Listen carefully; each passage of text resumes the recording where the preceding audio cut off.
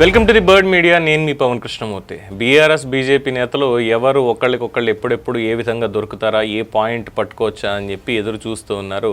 ఒకళ్ళ మీద ఒకళ్ళు బురద జల్లుకోవడానికి కావచ్చు, లేదంటే కౌంటర్లు వేసుకోవడానికి కావచ్చు. సో ఇలాగ బండి సంజయ్ ఇటీవల చేస్తున్నటువంటి వ్యాఖ్యలకి కేటీఆర్కి కోపం వచ్చి అప్పట్లో ఏవైతే మీడియా సంస్థలు ఆ ఫోన్ ట్యాపింగ్కి సంబంధించిన అంశంలో బండి సంజయ్ స్పీచ్ని హైలైట్ చేశాయో, మొత్తం అన్ని క్లిప్స్ ఇవన్నీ సర్క్యులేట్ చేశాయో, అటు బండి సంజయ్ మీద ప్లస్ వీళ్ళ మీద కూడా పరువు నష్టం దావా వేయడానికి లీగల్ నోటీసులు పంపించారు. క్షమాపణ చెప్పి తీరాలి అని చెప్పి కోర్టుకు కూడా వెళ్ళడం జరిగింది. సో అప్పటి నుంచి ఇంకా ప్రహాసం కొనసాగుతూనే ఉంది. సో ఇవన్నీ చూసిన తర్వాత ఎక్కడో అక్కడ లూప్ హోల్ దొరక్కపోతుందా అని చెప్పినటువంటి వాళ్ళకి బండి సంజయ్కి కరెక్ట్గా దొరికిన లూప్ హోల్ ఏంటంటే కేటీఆర్ వాడుతున్నటువంటి కార్లు, కేటీఆర్ ప్లస్ కేటీఆర్ ఫ్యామిలీ వాడుతున్నటువంటి కార్లు, దానికి సంబంధించి ఆయన వాడుతున్నటువంటి ల్యాండ్ క్రూజర్లు అక్రమంగా దిగుమతి చేసుకున్నవి అని, స్మగ్లింగ్ చేసినవి అంటూ కేంద్ర హోంశాఖ సహాయ మంత్రి బండి సంజయ్ సంచలన వ్యాఖ్యలు చేస్తూ ట్యాక్స్ కట్టకుండా లగ్జరీ కార్లు దిగుమతి చేసుకున్నారు అని బషరత్ ఖాన్ అనే వ్యక్తిని గుజరాత్ డిఆర్ఐ పోలీసులు అరెస్ట్ చేశారు. దిగుమతి చేసుకున్న కార్లు కేటీఆర్ కుటుంబ సభ్యుల పేరుతో ఉన్న కంపెనీ పేరు మీద రిజిస్టర్ అయ్యాయి. ఇక్కడ లాక్ అయిపోయాడు. సో కేటీఆర్ కూడా వాటినే వాడుతున్నారు. అన్ని నెంబర్లు కూడా ఆల్ 6s, 4 కార్లు. ఈ కార్లకు అన్నీ అదే నెంబర్ ఉంటుంది, ఆయన లక్కీ నెంబర్ కాబట్టి. మరి దీనికి సంబంధించి కేటీఆర్ ఇక్కడ లాక్ అయిపోయారు. బండి సంజయ్ ప్రశ్నిస్తుంటే సమాధానం లేనటువంటి పరిస్థితి. ఈ బషరత్ ఖాన్ గుజరాత్లో అరెస్ట్ అవ్వడం ఏంటి? విదేశాల నుంచి ఇంపోర్ట్ చేసుకున్నటువంటి కార్లు, అది కూడా కేటీఆర్కి సంబంధించినటువంటి వాళ్ళ ఫ్యామిలీకి సంబంధించినటువంటి కంపెనీలు ఏవైతే ఉన్నాయో వాటి మీద రిజిస్టర్ అవ్వడం ఏంటి?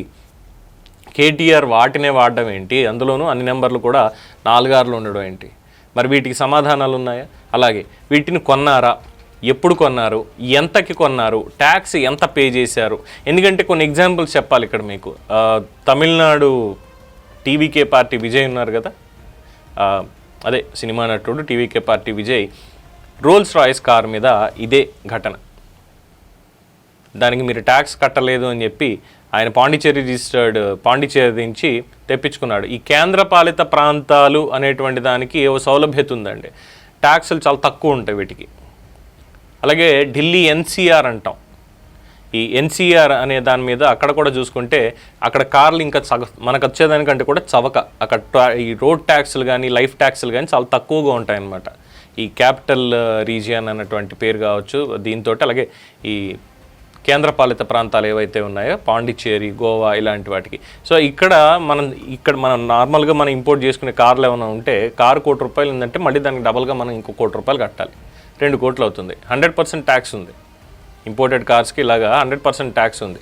అప్పట్లో సచిన్ టెండూల్కర్కి ఫెరారీ కంపెనీ వాళ్ళు ఫెరారీ కార్ని బహుకరిస్తే దాన్ని రిజిస్టర్ చేయడానికి కుదరదు, మీరు ఇంపోర్ట్ ట్యాక్స్ కట్టి తీరాల్సిందే అంటే సచిన్ నేను కట్టాను ₹1,00,000 అని చెప్పి కూర్చున్నాడు. నాకు గిఫ్ట్ ఇచ్చారు, అది నేను కొనుక్కున్నది కాదంటే అయినా సరే కట్టాలంటే దానికి సంబంధించి ఫెరారీ కంపెనీ వాళ్ళు అప్పుడు ₹1,00,000 కట్టారు.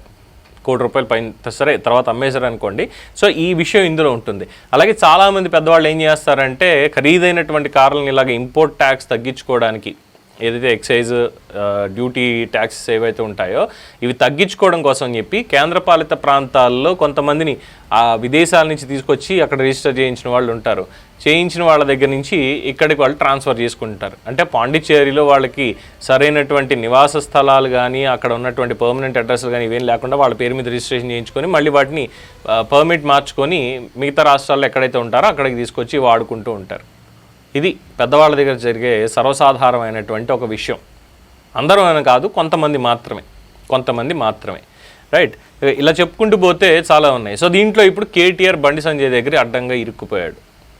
ఆయన వాడుతున్నటువంటి ల్యాండ్ క్రూజర్ కార్లు కావచ్చు, మిగతావి కావచ్చు, ఇవన్నీ ఎక్కడి నుంచి వచ్చాయి ఏంటి అనేది. సో దీని మీద బీఆర్ఎస్ వాళ్ళు చెప్పేది ఏంటి, బండి సంజయ్ కార్లు ఎక్కడ కొన్నాడో మేము కూడా అక్కడే కొన్నామని వీళ్ళు ఇంకొక కౌంటర్. దానికి ఏమైనా సంబంధం ఉందా?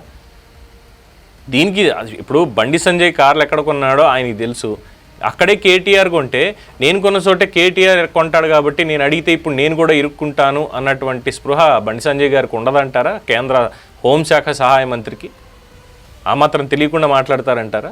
సో వీళ్ళ రెస్పాన్స్ ఇది, మీరు ఎక్కడ కొన్నారో మాకు చెప్పండి, మేము కూడా అక్కడే కొన్నామని చెప్పి. సో మొత్తానికి కారు తెచ్చిన తంట అంటే మరి కారు కూడా పార్టీ సింబలే కదా. నాడు కారు తెచ్చిన తంట ఏం చేసిందో చూసాం, అధికారానికి దూరం చేసింది. మరి ఇప్పుడు ఈ కారు తెచ్చే తంట ఎక్కడికి తీసుకెళ్తుందో అనేది కాస్త ఉత్కంఠగానే ఉంది. మరి దీని మీద మీ అభిప్రాయం ఏంటనేది కామెంట్స్ రూపంలో తెలియజేయండి. చూస్తూనే ఉండండి ది బర్డ్ మీడియా.